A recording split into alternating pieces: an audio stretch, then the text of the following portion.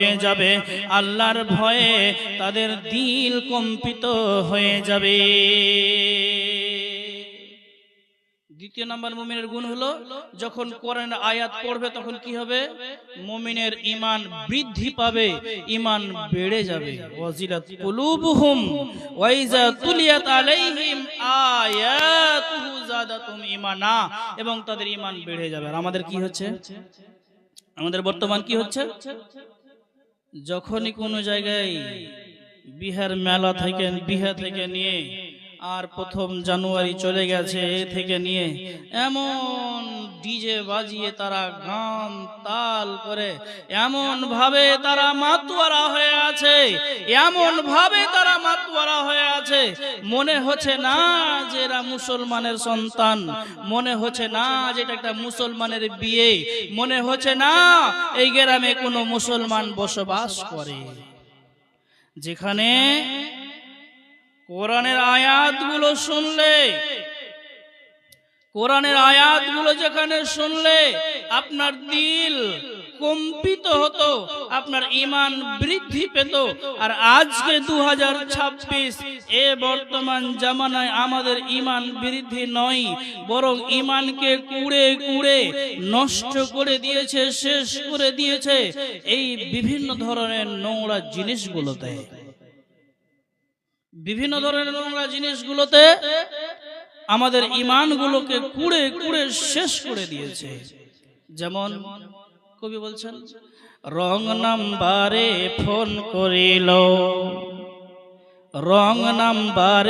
Phone করিল receive করিল মে, প্রথম লগ্নে প্রেম কাহিনী উঠালো জমিয়ে, দ্বিতীয় লগ্নে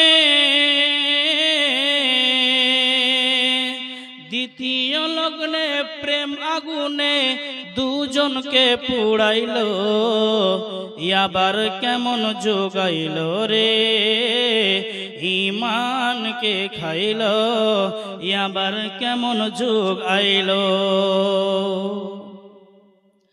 নারী গেল সিনেমাতে ফিল্ম দেখিবে তাই,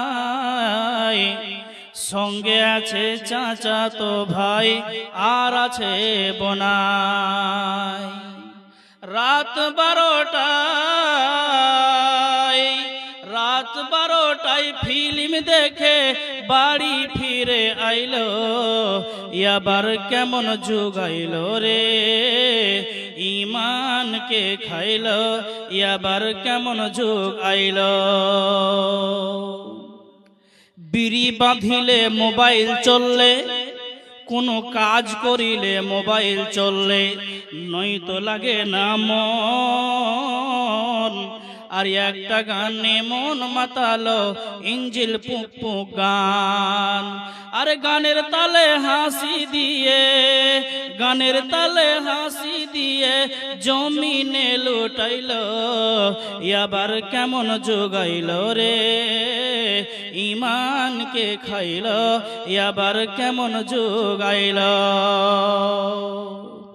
বন্ধু, আমাদের ঈমানগুলোকে কুড়ে কুড়ে শেষ করে দিচ্ছে, ধীরে ধীরে আমাদের ঈমানগুলোকে নষ্ট করে দিচ্ছে। আজকে কোরআন হাদিসের মেলা, কোরআন হাদিসের জলসা না হয়ে যদি আজকে কেউ এখানে কোনো মেয়ে ডান্স করত, তাহলে আজকে কসম আল্লাহর যুবকের আর যুবতীর এত ভিড়, এত ঠেলা ঠেলি এই মজলিসে হতো, এইখানে জায়গা হতো না। তাহলে কোথায় কোরআনের আয়াত শুনে কোথায় আমাদের ঈমান বৃদ্ধি পাচ্ছে? যেখানে কোরআন হাদিসের কথা শুনলে আমাদের ঈমানটা বেড়ে যাওয়ার কথা ছিল, সেখানে আমাদের কোথায় দেখবেন আল্লাহর নবীর একজন সাহাবীর নাম হলো হযরতে উসমান গনি রাদিয়াল্লাহু তাআলা আনহু। তিনি যখন রাসূলের কোনো মজলিসে কিংবা কোনো বায়ান যদি শুনতেন কোরআন থেকে, কবরের ভয়াবহর কথা যখন তিনি শুনতেন, কোরআনের আয়াতগুলো থেকে কবর সম্পর্কে যখন তিনি শুনতেন, কসম আল্লাহর, সেই দিন হযরতে উসমান তিনি অঝর নয়নে কাঁদতেন। তাদের ঈমান কত বৃদ্ধি পেত যখন তিনার জাহান্নামের কথা শুনতেন, কোরআনের কথাগুলো শুনতেন, কবরের ভয়াবহর কথাগুলো শুনতেন, তখন তাদের ঈমান কত বৃদ্ধি পেত, ঈমান কত বেড়ে যেত। হযরতে উসমানের মতো একজন জান্নাতের সার্টিফিকেট প্রাপ্ত সাহাবী, যিনি নবীর জামাই, নবীর একবার জামা নয়, তিনি দুইবার জামাই হয়েছিলেন। প্রথম স্ত্রী মরে যাওয়ার পর তিনি দ্বিতীয় বেটির সঙ্গে বিবাহ দিয়েছিলেন। কার সঙ্গে? হযরতে উসমানের সঙ্গে। এই হযরতে উসমান যখন তিনি কোরআনের আয়াতগুলোকে শুনতেন, যে কবরে ভয়াবহ শুনতেন, তখন তিনি এত কাঁদতেন, অঝর নয়নে তিনি কাঁদতেন। তিনার দুই চোখ দিয়ে অশ্রু বাহিত হয়ে দাড়িগুলো ভিজে ভিজে পড়ত। খলিফাতুল মুসলিমিন উসমানকে জিজ্ঞাসা করা হলো, আমিরুল মুমিনিন উসমান, আপনি জাহান্নামের কথা শুনে যতটা ক্রন্দন করেন না, আপনি পুলসরাতের কথা শুনে যতটা ক্রন্দন করেন না, উসমান আপনি বলেন কবরের কথা শুনে আপনি তার চাইতে বেশি কেন কাঁদেন? হযরত উসমান সেই দিন বলেছিলেন, বন্ধুরে, কবর হলো আখিরাতের প্রথম মঞ্জিল। যার জীবনে ঈমান নামের বস্তুটা ফিটিং থাকবে, সে কি হবে? বেঁচে যাবে, সে বেঁচে যাবে। যার জীবনে ঈমান নামের বস্তুটা ফিটিং থাকবে, তার কোনো টেনশন থাকবে না। আর যে কবরে ধরা খাবে, সব জায়গায় ধরা খাবে। তার জন্য হযরত উসমান যখন নিয়ে কথাগুলো শুনতেন, তখন তার ঈমান বৃদ্ধি পেত, আরো মনে হয় তার ঈমান বেড়ে যেত। আর বর্তমান জামানায় আমাদের ঈমান বৃদ্ধি পায় না। তাহলে কোথায় আমরা মুসলিম? তারপর আল্লাহ কি বলছেন? তারপর আল্লাহ বলছেন, ওয়াজিলাত কুলুবুহুম ওয়া ইযা তুলিয়াত আলাইহিম আয়াতুহু যাদাতুহুম ঈমানা ওয়া আলা রাব্বিহিম ইয়াতাওয়াক্কালুন। মুমিন যারা হবে সব সময় আল্লাহর উপরে তাওয়াক্কুল করে জীবন কাটাবে। আল্লাহর উপরে তাওয়াক্কুল করবে, আল্লাহর উপরেই ভরসা করবে। আল্লাহ রাব্বুল আলামিন বলছেন, যারা বলবে ইন্নাল্লাযীনা ক্বালু রাব্বুনাল্লাহ, যারা বলবে আমার রব হলো আল্লাহ, সুম্মাস্তাকামু তাতানাজ্জালু আলাইহিমুল মালায়েকা, আল্লাহ রাব্বুল আলামিন ফেরেশতা দিয়ে তাদেরকে রক্ষা করবেন, ফেরেশতা দিয়ে আল্লাহ রাব্বুল আলামিন তাদেরকে সাহায্য সহযোগিতা করবেন। তাহলে শুধু এটা মেনে নিলে হবে না। আল্লাহ রাব্বুল আলামিন বলেন, ইন্নাল্লাযীনা ক্বালু রাব্বুনাল্লাহ, যারা বলবে আমার রব আল্লাহ আর এর উপরে অটল থাকবে, দৃঢ় বিশ্বাস রাখবে, আল্লাহ রাব্বুল আমিন তাকে ফেরেশতা মারফত দিয়ে সাহায্য সহযোগিতা করবেন। বন্ধুরে আমার, তাহলে মুমিনের গুণ হলো আল্লাহর উপরে তাওয়াক্কুল করবে, আল্লাহর উপরে ভরসা করবে। একজন সাহাবী বাড়ি আসলেন, আসার পর স্ত্রীকে বলছেন, বিবি আমার বাড়িতে কিছু খাবার আছে? জি না, কিছু খাবার নেই বাড়িতে। চলে গেলেন নামাজে। আচ্ছা, কিছু খাবার হয়েছে ব্যবস্থা? জি না, এখনো হয় নাই, এখনো ব্যবস্থা হয় নাই। আবার চললেন নামাজে। এই করে করে তিনবার তিনি নামাজে গেলেন। দেখেন আল্লাহর উপরে তাওয়াক্কুল কাকে বলা হয়, আল্লাহর উপরে ভরসা কাকে বলা হয়? বন্ধুরে, তাহলে সে সাহাবী নামাজ পড়তে গেলেন। এবার যখন নামাজ পড়ে আসছেন, বিবি বাড়িতে নামাজ পড়ে, স্বামী মসজিদে চলে গেছেন। যখন তিনি নামাজ পড়ে মসজিদ থেকে যখন বাড়ি এলেন, দেখছে জাতা অটোমেটিক ঘুরছে, না দেওয়া আছে ভুট্টা, না দেওয়া আছে গম, না কিছু জব দেওয়া আছে, কিছু দেওয়া নেই। জাতা অটোমেটিক ঘুরছে আর আটাগুলো সব সাইড দিয়ে পড়তে আছে। কেন তিনি বললেন, প্রথমবার যখন তিনি নামাজে গেলেন তিনি বলছেন মনে হয় আমার নামাজ আল্লাহর কাছে গ্রহণযোগ্য হয়নি। যদি গ্রহণযোগ্য হয়ে যেত তাহলে আমার বাড়িতে আহারের ব্যবস্থা হয়ে যেত। দেখেন আল্লাহর উপরে কত তাওয়াক্কা, আল্লাহর উপরে কত ভরসা আছে তাদের। আল্লাহ রাব্বুল আলামিন বলেন মুমিনের আর একটি গুণ হলো মুমিন সর্বদাই আল্লাহর উপরে তাওয়াক্কা করে জীবন কাটাবে। আল্লাহর উপরে ভরসা করবেন, সব আল্লাহর উপরে তাওয়াক্কা করবে। চলেন একজন নবীর কথা বলি, তার নাম হলো জাকারিয়া নবী। হযরত জাকারিয়া আলাইহিস সালাম তিনি চলে গেছেন, যেতে যেতে কাফের বেদিনেরা তাকে তাড়া করছেন। যেতে যেতে একটা গাছের কাছে গিয়ে বললেন, তিনার মাথা থেকে হয়তো এটা উঠে গেছেন, তিনি বলছেন, হে গাছ তুমি আমাকে বাঁচিয়ে নাও, হে গাছ তুমি আমাকে বাঁচিয়ে নাও। যখন জাকারিয়া আলাইহিস সালাম কথাটি বললেন, গাছ ফেটে দুভাগ হয়ে গেল। গাছ ফেটে যখন দুভাগ হয়ে গেছে, তখন তিনি গাছের মধ্যে ঢুকে গেলেন। আল্লাহর হুকুমে গাছ দুফাটা হয়ে গেল, ঢুকে গেলেন।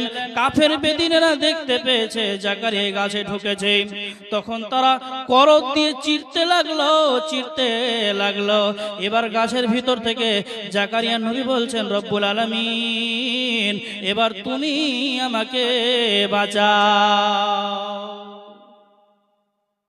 আল্লাহ বলছেন, জাকারিয়া যদি চাইতে হতো, তাওয়াক্কা করতে হতো, প্রথমবারেই তোমাকে বলতে হতো তোমার আমার উপরে ভরসা ছিল না, আমার উপরে ভরসা ছিল না। তাহলে আরেকটা নবীর কথা বলি, হযরত ইউনূস আলাইহিস সালাম, তিনিও চলে গেলেন। আল্লাহর হুকুমটাকে হয়তো তিনি মান্যতা দেননি, চলে গেছেন। যাওয়ার পরে তিনি নৌকা থেকে পড়ে মাছের পেটে চলে গেছেন। তো তিনি বলছেন, মাছের পেটে গিয়ে তিনি বলছেন হয়তো এভাবেই, এবার আমাকে মাছের পেট থেকে কেউ বাঁচাতে পারবে না। কখন তিনি বললেন, যখন মাছটা নবী ইউনূসকে গিলে নেওয়ার পর সমুদ্রের মাঝে তিনি বসে গেছেন, গভীর তরে তলিয়ে গেছেন। তখন তিনি বলছেন, আর কেউ আমাকে বাঁচাতে পারবে না, কেউ আমাকে বাঁচাতে পারবে না। তো ইউনূস নবী মাছের পেটের ভিতর থেকে ঝিনুকের আওয়াজগুলো, তিনি কিচির মিচির শব্দগুলো শুনতে পান। মাছের পেটের ভিতর থেকে ঝিনুকের আওয়াজগুলো তিনি শুনতে পান। এবার তিনি মাছের পেটের ভিতর থেকে তিনি ভাবতে লাগলেন, এত গভীর তলদেশে ঝিনুকের আওয়াজ কিচির মিচির গুলো করছে, এর আওয়াজ তো কেউ শুনছে। যদি কেউ বাই না শুনে, তাহলে ঝিনুকগুলো কেন কিচির মিচির আওয়াজ করবে? দেখেন বন্ধুরে, প্রথমে আল্লাহর উপরে তাওয়াক্কা ছিল না। এবার হযরতে ইউনূস আলাইহিস সালাম তিনি বলতে লাগলেন, লা ইলাহা ইল্লা আনতা সুবহানাকা ইন্নী কুনতুম মিনাজ জালিমিন, লা ইলাহা ইল্লা আনতা সুবহানাকা ইন্নী কুনতুম মিনাজ জালিমিন। এই আয়াতের উপরে ভরসা রেখে, বিশ্বাস রেখে নবী ইউনূস মাছের পেটের ভিতর থেকে দোয়া করতে লাগলেন, আল্লাহর উপরে তাওয়াক্কা করতে লাগলেন, আল্লাহর উপরে ভরসা করতে লাগলেন। এই দোয়া বারংবার তিনি পড়ে যান। এমন সময় নবী ইউনূসকে মাছে হজম করতে পারেনি, মাছ নবী ইউনূসকে উগলে দিয়েছে। বিপদে পড়েছেন, অসুবিধা, খুবই বড় বিপদ। দোয়াটা বলবেন, লা ইলাহা ইল্লা আনতা সুবহানাকা ইন্নী কুনতুম মিনাজ জালিমিন। বলবেন আপনি দোয়াটা বলবেন, সব সময় বলবেন, মুখ দিয়ে বলতে থাকবেন, বারবার বলতে থাকবেন। আল্লাহ রাব্বুল আলামিন বলছেন, যত বড়ই মুসিবত হোক না কেন, যত বড়ই তুমি বিপদে থাকো না কেন, সব বিপদগুলি তোমার কেটে যাবে। বন্ধুরে আমার, বর্তমানে এখন SIR চলছে আপনাদের পশ্চিম বাংলাতে। SIR এর নামে মুসলমানদের উপরে নির্যাতিত করছে, মুসলমানদের উপরে অত্যাচার চলছে, মুসলমানদেরকে পদদলিত করা হচ্ছে, মুসলমানকে নিচু দেখা হচ্ছে। বন্ধুরে আমার, যখন আপনার আব্দুর রহমান আরো প্রমাণ লাগবে, বাদ কি তোমার নাম আব্দুল সত্তার, তোমারও নেই, তোমরা কয় ভাই? তো বলছে আমরা 6 ভাই। তোমরা তো দেশের ভারতের নাগরিক নও, তোমরা তো ভারতের নাগরিক হতে পারো না, কেন তোমরা 6টা ভাই?